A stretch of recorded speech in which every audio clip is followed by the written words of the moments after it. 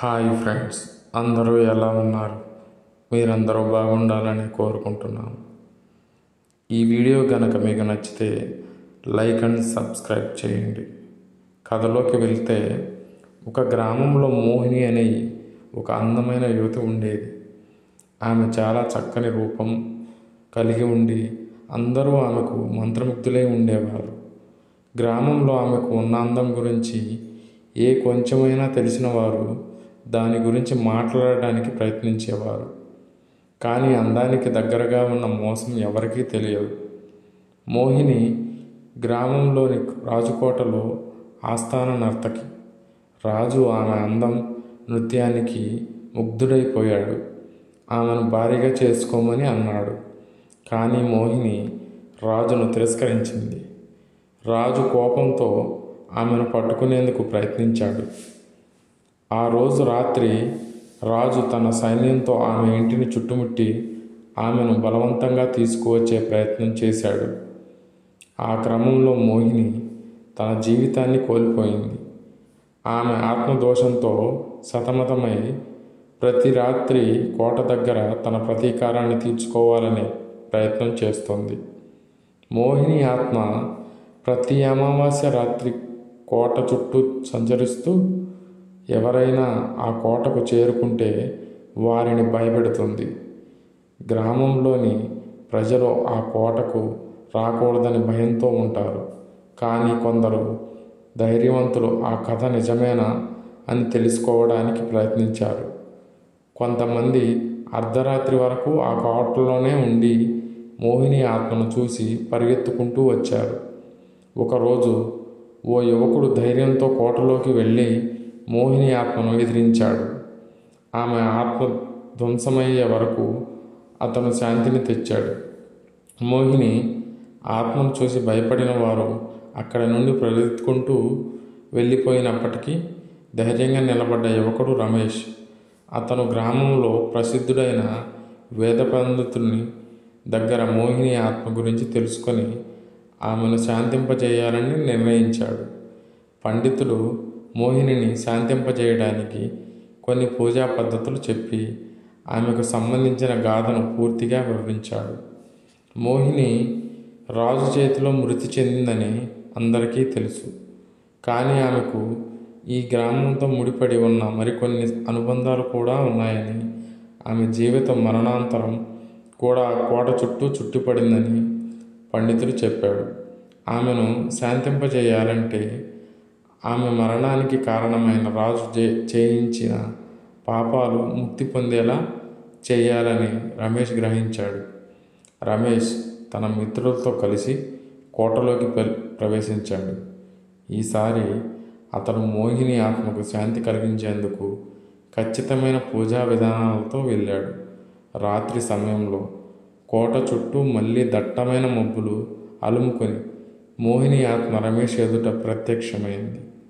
నువ్వు ఇక్కడ ఎందుకు వచ్చావు అని ఆత్మ భయంకరంగా అడిగింది.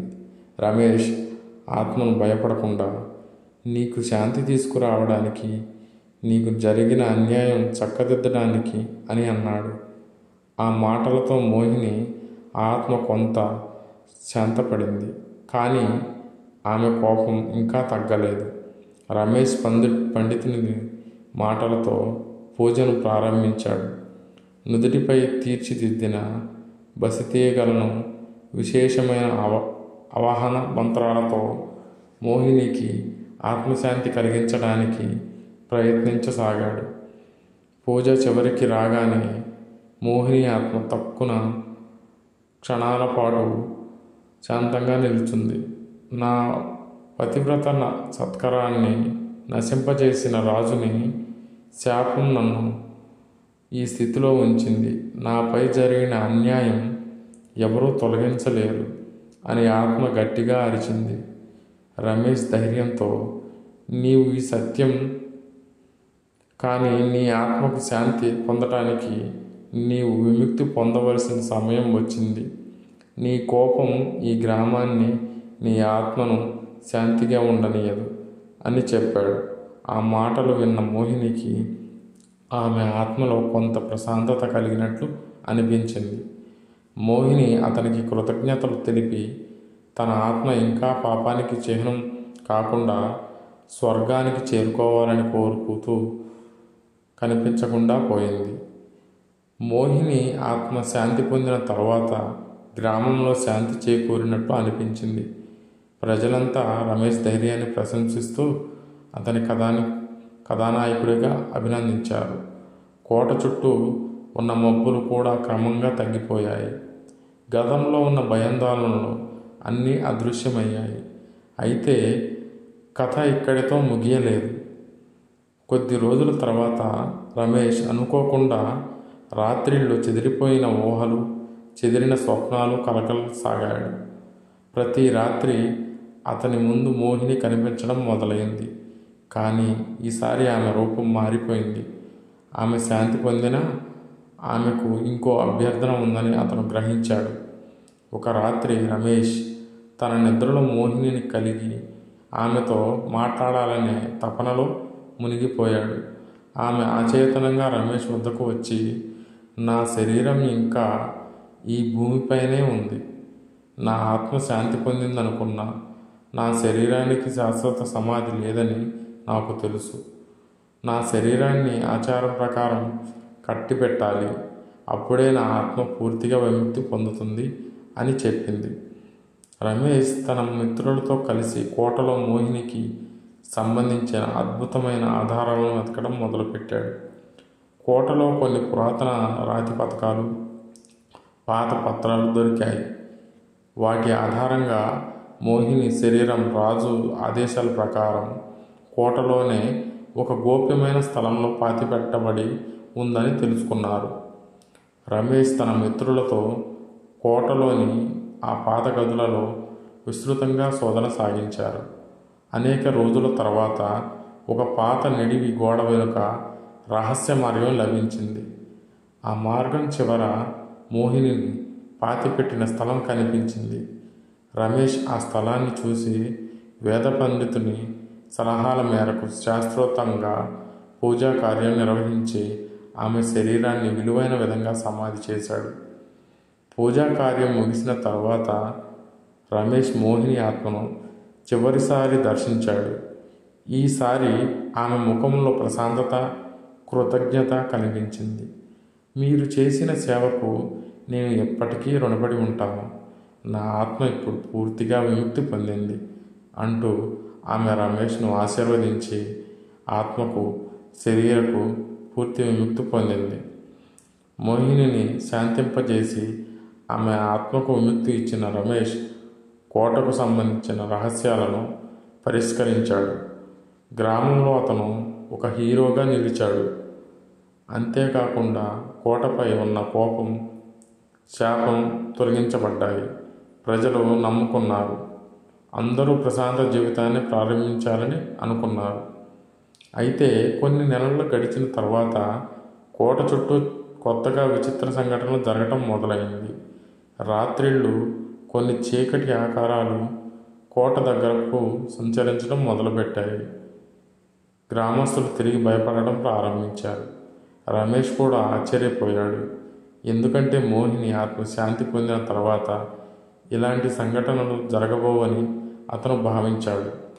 ఒక రాత్రి రమేష్ ఆ కోటను మళ్ళీ సందర్శించడానికి నిర్ణయించుకున్నాడు. అతని మిత్రులు ఈసారి అతనితో వెళ్ళాలనుకోలేదు. ఎందుకంటే వారికి ఆ కోటపై మళ్ళీ భయం పుట్టింది. కానీ రమేష్ ధైర్యంగా ఒంటరిగా కోటలో ప్రవేశించాడు. కోట చీకటిగా ఉండి శబ్దాలు వినిపించసాగాయి. రమేష్ అక్కడికి వెళ్ళాక అనూహ్యంగా మరో ఆత్మ ప్రత్యక్షమైంది. ఈసారి అది మోహిని కాదని రమేష్ గ్రహించాడు. ఆమె రూపం మారిపోవడం గమనించి రమేష్ మరో పాత దయ్యం కోటలో ఉందని అర్థం చేసుకున్నాడు. అది ఎవరో తెలియక రమేష్ వేద పండితుడిని మరోసారి సంప్రదించడానికి వెళ్ళాడు. పండితుడు ఆశ్చర్యపోయి, మోహినికి లేదా ఇతర ఆత్మలకు సంబంధించి ఉండవచ్చు. ఆ కోటలో గతంలో మరికొంతమంది తమ జీవితాలు కోల్పోయారు. వారి ఆత్మలు ఇంకా శాంతి పొందకపోవచ్చు అని అన్నాడు. రమేష్ ఆ మాటలు విని కోట చరిత్రను మరింత లోతుగా పరిశీలించడం సిద్ధమయ్యాడు.